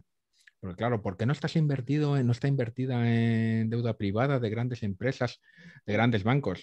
Yo recuerdo que hace 15 años, 15 años no, 10, a Octavio Granado le preguntaban por invertir en bolsa, le decía que parecía bien y aquello era como si fuera un terremoto. O sea, entonces, ¿qué pasa? Pues pasó lo que pasó con Tempo, que tú ves un poco cómo han ido las inversiones en deuda pública en España, cómo han ido las inversiones en deuda de otros países o en deuda privada, y al final era mucha más la rentabilidad del fondo de reserva por haber invertido en deuda española. Entonces, porque es verdad que el fondo de reserva se ha nutrido, o sea, lo que ha salvado el fondo de reserva ha sido las inversiones en deuda española, es lo que le ha permitido salvar estos 8.000 millones que todavía retiene un poco por vergüenza. Susana, esta quiero que empieces tú a contestarla. Antes hablábamos del factor de sostenibilidad que se cambia por el factor de solidaridad intergeneracional. ¿Tú crees que esto va a ser el mismo perro con distinto collar? ¿Crees que esto se ha hecho para contentar a los sindicatos y que Escrivá y Calviño se han ganado un punto o mini punto? ¿Qué quieres que te diga? ¿Sí? Sí, es que es lo mismo, es que es casi igual. Y los sindicatos, como son los que mandan ahí y están confabulados con el gobierno, pues está claro que va de lo mismo. ¿Y Bruselas cómo se lo va a tomar? ¿Qué pensáis? Porque claro, Bruselas una de las cosas es que dijo que de contrarreforma nada y que las pensiones... ¿Cómo se va a tomar esto Bruselas? Creo que esto no se lo traga ni con, yo qué sé, pero bueno, nos hará hacer algún cambio grande y a lo mejor es esa reunión que viene a posteriori que todavía no sabemos. Bueno, habrá que esperar la segunda parte. Nunca están buenas las segundas partes, sí. Así que posiblemente nos llevemos el batacazo en esa segunda parte. A ver, Bruselas tampoco es tonta. ¿Vale? Bruselas también sabe lo que se juega con tocar algo tan sagrado como las pensiones o el sistema público de protección social. Ya escarmentó también en la anterior crisis, con lo cual no se va a poner demasiado pesada, por lo menos durante un par de años. Es un margen que va a tener. Creo que es un margen que el gobierno también está jugando con él. La cuestión es que tampoco debería abusar demasiado. Es decir, eso de pensar que el gobierno, que Bruselas no va a dar manga ancha, pues hasta que tengamos el primer rejonazo en el euro y en la competitividad de la moneda, por decirlo así, ya veremos cómo las cosas cambian de la noche a la mañana. Entonces, a ver, yo creo que con los datos que tenemos en España de paro, de envejecimiento de la población, de sostenibilidad de las finanzas públicas, espero que esto no sea solo un guiño a los sindicatos o un mini punto, porque si no vamos a estar bastante mal. Los que vengan después se van a comer un marrón bastante importante. Entonces, Bueno, no me gusta. Ahora todo el problema en España es los indultos y Cataluña, por lo cual se nos olvida A un mí es poco. que yo, sinceramente, yo de política no hablo. Pero generalmente, o No, sea, lo yo digo lo siento, porque pero, aquí no se habla de pero las jubilaciones, de las exacto, pero o sea, a pensiones, mí, de yo ya te otras digo, cosas. Se habla de o los sea, yo, temas derivados de otras lo cosas. bueno de que Ibercampus sea una revista de análisis más que de seguimiento continuo de la actualidad es que te da un poco de pie a elegir los temas de los que escribes y Por cierto, hoy el generalmente. Tribunal de Cuentas le pide 5 y pico millones a los señores Sí, sí, es que, no, o sea, a mí, a ver, el tema de Cataluña creo que es importante, pero Pedro Sánchez está jugando mucho a. Pedro Sánchez está haciendo una cosa rara, está jugando un poco. Son 5 millones que no venía muy bien para la jubilación. Bueno, no llega ni para pipas, pero Bueno, todavía pero algo. estaría bien recuperarlos. Pero Tomás Pedro Sánchez está jugando mucho a Zapatero políticamente, a Zapatero internacional, a Zapatero que va del talante y el Mr. Bean contexto y ese Zapatero. tipo de cosas. Bueno, ahora como este tiene otro mote. Pero yo espero que no acabe como Zapatero económico. Lo digo con todo mi respeto. O sea, yo también te digo, y es una cosa que he dicho alguna vez, creo que los que, bueno, vamos, voy a hacer una burrada que seguro que me vais a matar. Pero casi, yo antes era muy escéptico, pero casi me alegro de que Podemos esté en trabajo. Porque es que si Podemos no estuviera en trabajo y tuviéramos el perfil del Ministerio de Trabajo Socialista, que es perfil bajo, no meterse en líos y dejar a Octavio Granado, que ahora sería Escrivá, que está por otro lado, hacer sus cosas, me parece que ahora mismo, pues algunas cosas, hago más acuerdos como el SMI y tal. Yo creo que iríamos ya por el segundo ministro o ministra de Trabajo A ver, Socialista. ya que no te gusta la política, ¿habrá cambio de gobierno? ¿Cambio o crisis? Uy, Susana, te voy a dejar a ti que... No sé, es una cosa que se me ha ocurrido. Digo, como están así enzarzados, digo, lo mismo hay cambio de ministro no tardando mucho. Por ejemplo, en las universidades. A mí me han... Las universidades a la universidad eso le han dado hoy le hemos dado una leche también. ¿Sí? Acabamos de dar una con el tema de las becas, porque se han comprometido a agilizarla y parece que no. Pero a ver, universidades parece que sí, ya están haciendo mucha campaña, ¿no? De que Pedro Sánchez está contento con Castells y tal. Yo creo que Castells no es muy querido por los rectores, pero es verdad que ningún ministro de.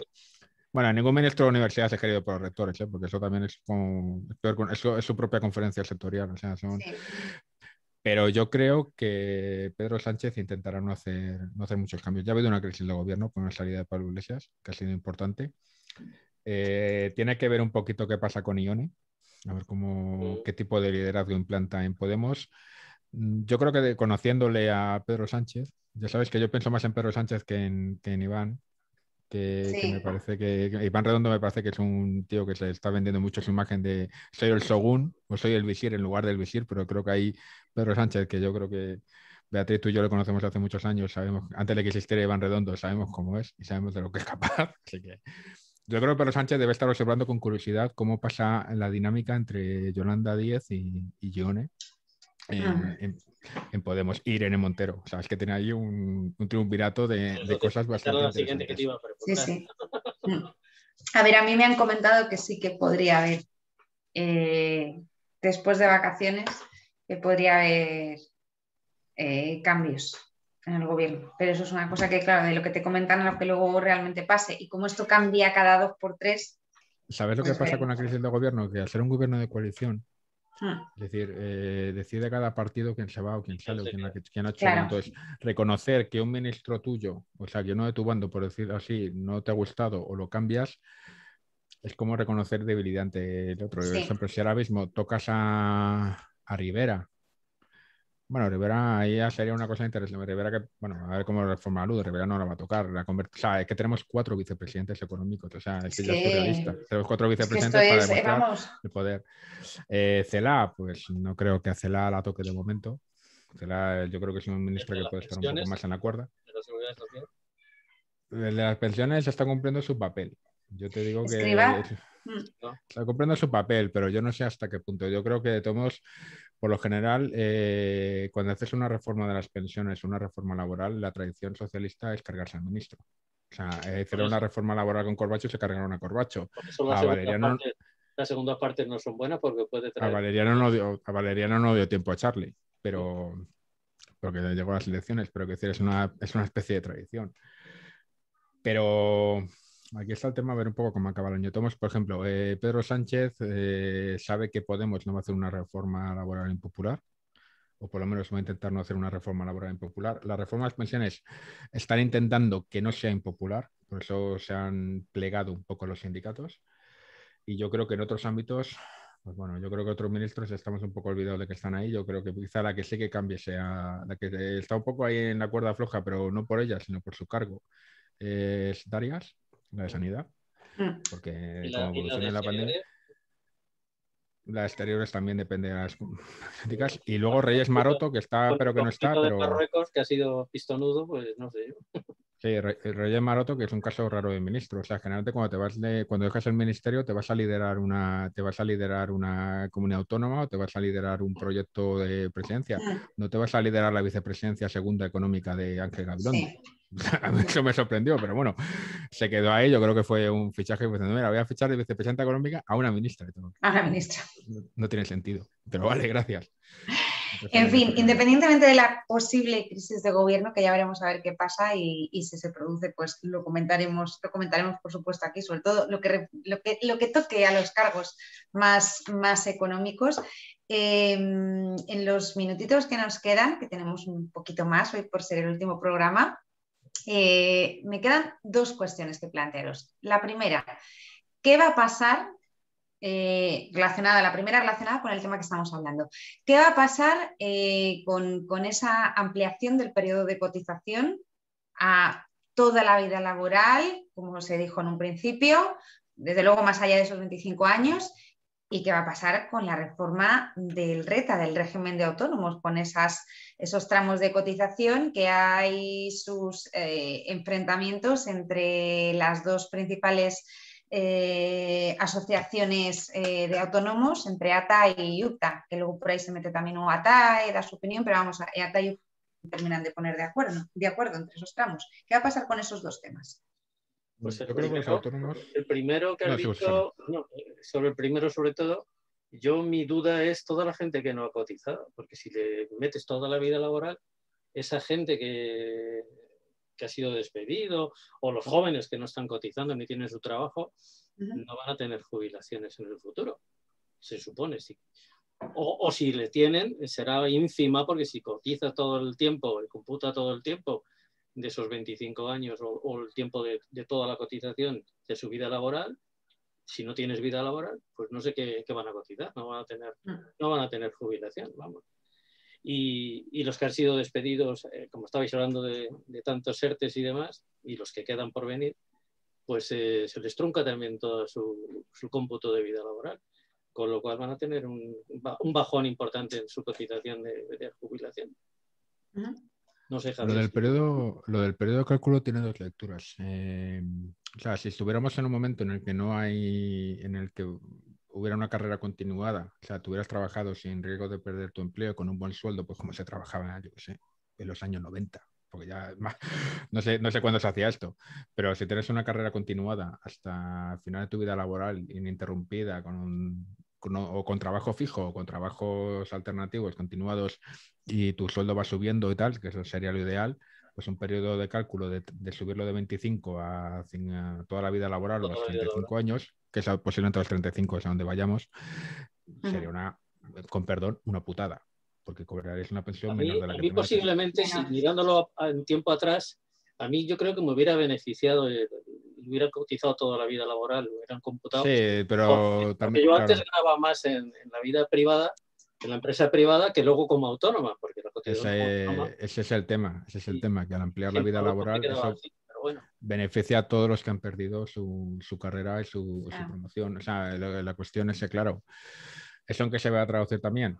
Pues que lo hagan lo que lo hagan, las pensiones van a ser más bajas en el futuro. Van a ser bajas, y esto sin factores sostenibles. El coste de la jubilación. Claro, y esto va a ser la sin manera factores de reducir el sostenibilidad. coste Esto no lo han dicho, Todo lo que yo pero entre decía líneas, antes al respecto de toda esta claro, gente. pero entre líneas se lee. O sea, entre líneas está claro que lo que está manejando el gobierno, y para que nunca lo van a decir, ni va a aparecer en un papel. Es una medida contraproducente. Si dices eso, se te echa todo el mundo a la calle. No, es que no es una medida, es un hecho. O sea, el hecho objetivo es que las pensiones del futuro van a ser más bajas que las que cobran hoy. Con lo cual, esa es parte de la trampa de hablar de que el futuro va a ser sostenible o no.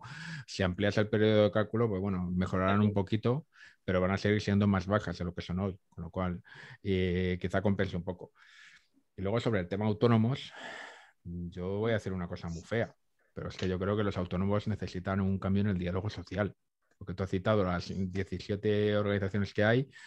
Todos sabemos que ATA es la más activa y ATA es la que en su momento, sobre todo en la crisis financiera, lideró la voz de los autónomos.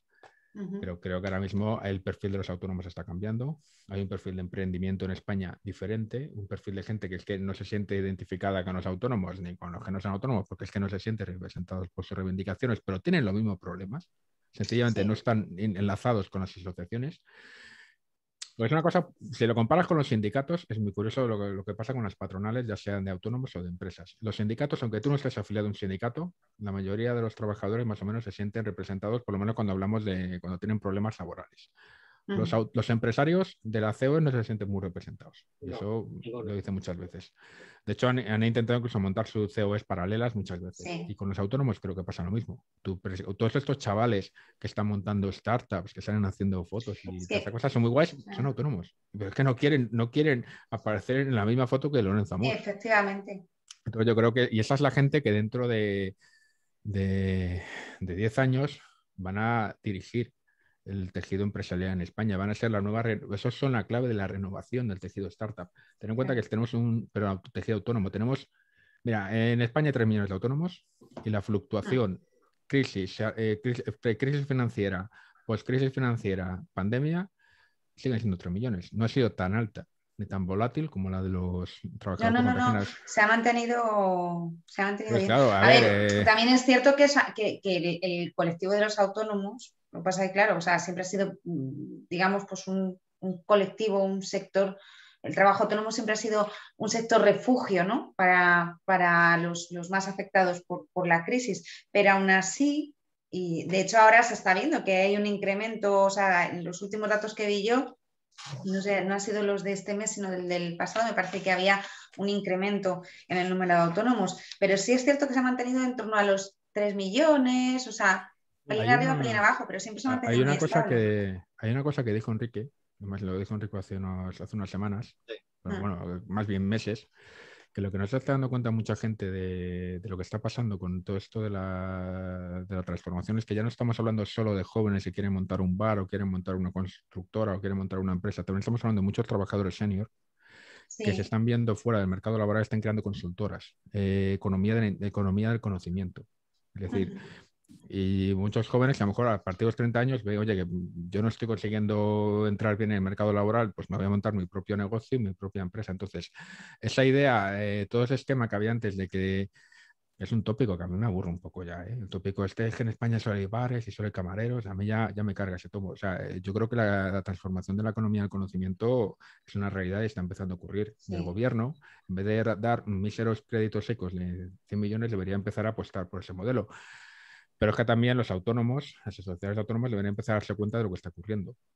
Entonces, dicho lo cual, toda esta transformación, a mí lo que me preocupa es que tengamos un reto que sirva para crear toda esa transformación económica o impulsar esa transformación económica, no solo para salvar parches a unos intereses ni negociarlos. Yo creo que el tejido autónomo tiene unas particularidades. Tú no puede ser que tú tengas un negocio y tengas unas cosas, es decir, tampoco es que se trate de que los autónomos no paguen impuestos, eso también es verdad, ni que no paguen pensiones, pero tenéis que enseñar un sistema que incentive a los autónomos. Tienes que empezar en un sistema que sea justo, pero incentive a los autónomos a crear actividad. Pero lo que es que no se ha dado con esa tecla. En España es o todo bonificaciones o todos son costas, o sea, o reducciones de cotizaciones, pero no hay un sistema que de hoy vamos a hacer un sistema fiscal y de cotizaciones que incentive. Por eso tenemos un reto que bueno, pues que no está bien hecho. No está bien hecho nunca y que yo creo que en otros países, porque no se lo han mirado, porque no lo entienden, pero es que es ridículo comparar con lo que hay en otros países. Sí. Ujú. Bueno, para terminar, os decía que tenía otra pregunta y estaba individual a cada uno de vosotros. Susana, ¿cuál ha sido para ti la noticia del semestre? Del semestre, no del año. Sí, ya para, no del año, hombre, de lo que llevamos de año. Es que no puedo decir del año porque de aquí a diciembre, vete tú a saber qué pasa. A final de año, en diciembre, contaremos te preguntaré cuál ha sido la noticia del año, pero del semestre. Para cerrar esta temporada, ¿cuál ha sido, con qué noticia te quedarías? ¿Hay tantas? Yo qué sé. ¿Buenas o malas? Puedo decir. La que tú quieras, la que a ti más te haya impactado, la que más te haya gustado, sea buena, sea mala, sea la que quieras. Como buena, el avance de las vacunas en España. Por cierto, mañana me vacunan, lo tengo que ya decir. ya lo sabes. Yo sí, ya lo sé porque me lo has dicho. Que mañana te vacunas. Espero que no te dé ninguna reacción como me dio a mí la segunda, que estuve 2 días en cama jorobada, bien jorobada. Bueno, como buena he dicho eso, el avance de la vacuna en España y en el mundo, aunque tenemos ahí la variante Delta esta que nos trae de cabeza. Y como mala, los indultos. Uh-huh. Javier, para ti, ¿cuál ha sido, con qué noticia te quedarías? Hombre, yo no sé distinguir entre buena y mala, porque ha sido muchas. Pero creo que, bueno, como noticia, ya sé que yo he dicho antes que no hablo de política, pero para mí la noticia ha sido las elecciones de Madrid. Es decir, ha cambiado todo un panorama político a la bestia. O sea, ya ha cambiado muchas cosas. De hecho, han echado, entre comillas, como diría Ayuso, sí, a un vicepresidente. O sea, han echado a Pablo Iglesias de la política, han provocado un terremoto en toda la historia, han frenado a Vox. No, para que Vox eso no se da por aludido, pero se ha frenado, ha matado a Ciudadanos. O sea, y encima ha agrietado un poco la brecha entre el PP liberal y el PP conservador, que es una cosa que no ocurría desde que se fue Esperanza Aguirre. Bueno, le matarías hasta que, mientras sea capaz de hacer, es que se fuera gallego, creo que lo manejaría mejor. Fíjate, Javier, que yo me presenté por mi partido que existía antes, que era UPyD, y quería ir contra la señora Ayuso porque la veía una inútil, y la sigo viendo una inútil. Pero es una inútil que domina las situaciones y sabe meterse y darle al palique cuando no debe, pero bueno, debe. Con lo cual ha ganado en popularidad de esa manera. A ver, yo no me voy a meter en temas de política sobre que tiene que hacer un partido político, pero yo sinceramente creo que Pablo Casado está verde un poco para manejar este tipo de... No en la cuerda floja, pero también Rajoy estaba en la cuerda floja y aguantó lo que aguantó. O sea, aguantó 14 años al frente del partido, que aquello era una bomba de relojería. Pablo Casado yo creo que lleva apenas 3. No cumplió todavía los 3 años al frente del partido. Y yo creo que bueno, tiene que aprender a entender que el PP no es un ordeno y mando ni es una unidad.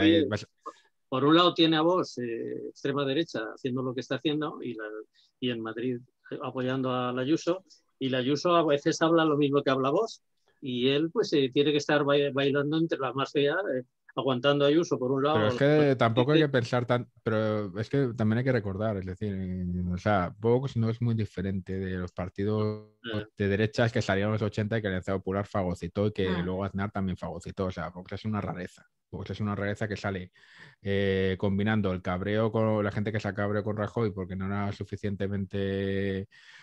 Bueno, básicamente que yo creo que pues explotó cuando salió la ley del aborto, cuando dieron marcha atrás con el aborto, poco más, y un partido que, bueno, pues que tampoco tiene una ideología. O sea, ya sé que les encanta que Vox ha dejado que los demás le dibujen la ideología, pero ellos no tienen ideología propia, se suben a las parrillas que salen, se suben a los temas que salen, y el fondo es un poco como Podemos, ha cogido un montón de tertulianos y a un montón de gente que salía en tertulias y les ha puesto en lugares políticos para que hagan ruido. Entonces, eso tiene un recorrido básico. Ciudadanos ha cometido exactamente el mismo error. Cogió a gente que había sido famosa, o estrellas de golpe y porrazo, que llevan desde Tony Cantó hasta Edmundo, que a fin de cuentas era una persona que lo único que ha hecho fue no firmó un papel y ya se convirtió en una víctima política, pero es que encima le das una cabecera política en Madrid.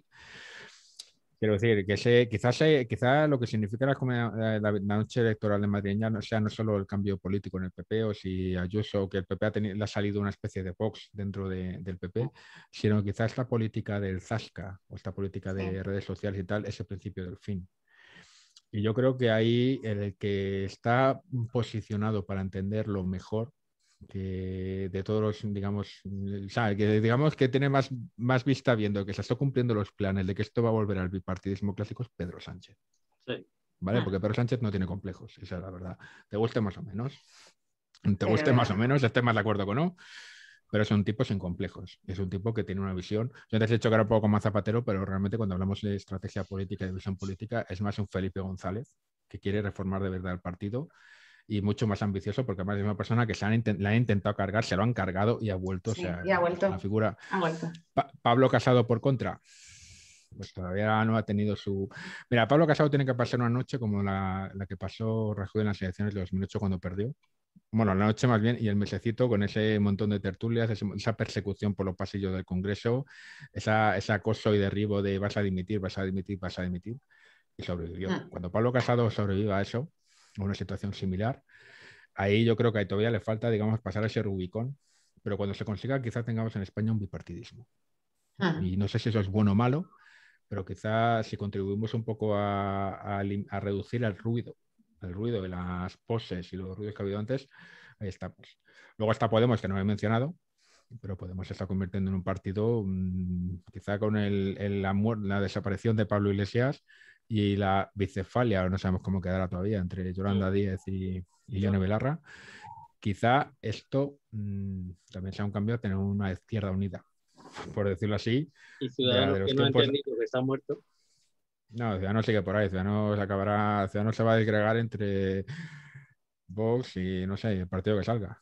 Bueno, de todos modos, sabremos lo que ocurrirá según Toni Cantó acabe en el partido que acabe, porque ha vuelto al PP. O sea, sí. ¿sabes por qué ha matado el bipartidismo? Es Toni Cantó en el PP. Desde luego lo que tenemos claro es que Toni Cantó a la televisión y al teatro, al mundo del espectáculo, no va a volver. Sigo pensando que España necesita un partido de centro, pero no le existe. Sí. Pero porque quizá a lo mejor deberían replantearse, pararse a pensar y hacer un replanteamiento en condiciones y redefinir conceptos. Voy a hacer una cosa. El centro, izquierda y derecha son conceptos mitológicos, ¿no? Casi marcos conceptuales de un tipo de quizá ya están caducados. Es decir, no necesitamos partidos que piensen en categorías de... Porque lo piensan así, cuando un partido dice soy la izquierda, soy la auténtica izquierda, soy la auténtica derecha, soy más barrio sésamo que política, necesitamos partidos que tengan una estrategia clara y una identidad definida.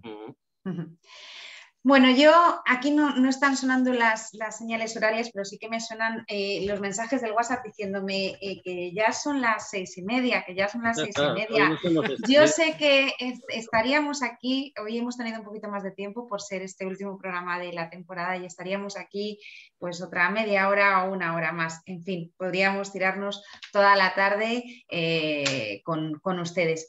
Pero bueno, pues todo llega a su punto y seguido, porque en septiembre volveremos. Ahora pues hemos terminado, aquí hemos llegado con esta primera temporada de La Puntillita Económica, pero ya les insisto que en septiembre volveremos. Esto es un punto y seguido. Muchísimas gracias por creer en nosotros, por creer en mí, por creer en esta Puntillita Económica. Gracias a todos ustedes, gracias a todos vosotros que nos acompañan y nos acompañáis cada martes. Sí, ya sabemos que algunos hemos fallado pues, por cuestiones de agenda y de incompatibilidades. Todavía el don de la ubicuidad no lo podemos tener, pero bueno, todo se andará. Y por supuesto les pedimos disculpas por ello, eso sí, y gracias también a nuestros colaboradores, a Susana, a Javier, a Enrique, que al finalmente no ha podido conectarse, a mi Faro, te mando un abrazote muy grande desde aquí, a Juan Fernando Robles, a Felipe Carballo, a los emprendedores que también nos han acompañado en más de una ocasión. Eduardo Abad, se me olvidaba también que Eduardo Abad estuvo también entre nuestros tertulianos al principio del programa. Como les decía, nuestros emprendedores, entre ellos Jorge Caprile, al que le tengo un especial, y a Juan Barranco de la Vinoteca El Sumiller en Madrid, que también es ha sido prota durante estos meses de otro programa de Activa Radio, de Invino Veritas. Gracias a todos y por todo y por tanto. Muchísimas gracias, insisto, y les esperamos aquí en septiembre en La Puntillita Económica, y hasta entonces, ya saben, sean felices y sobre todo no dejen de sonreír. Gracias de veras.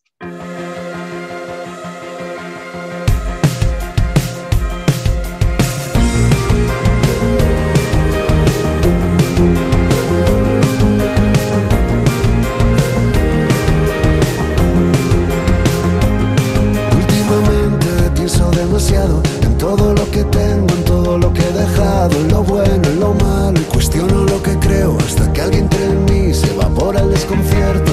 Últimamente pienso demasiado en mi padre y en todo ese tiempo que nos ha faltado, en mi madre y su ejemplo de roca contra el viento. He sido complicado desde el nacimiento. Últimamente pienso en el primer amor, lo mágico que fue y lo poco que duró. No olvido que te debo una canción, te debo una canción. Gracias por tanto, por la risa y el llanto. Gracias por ser parte de mí.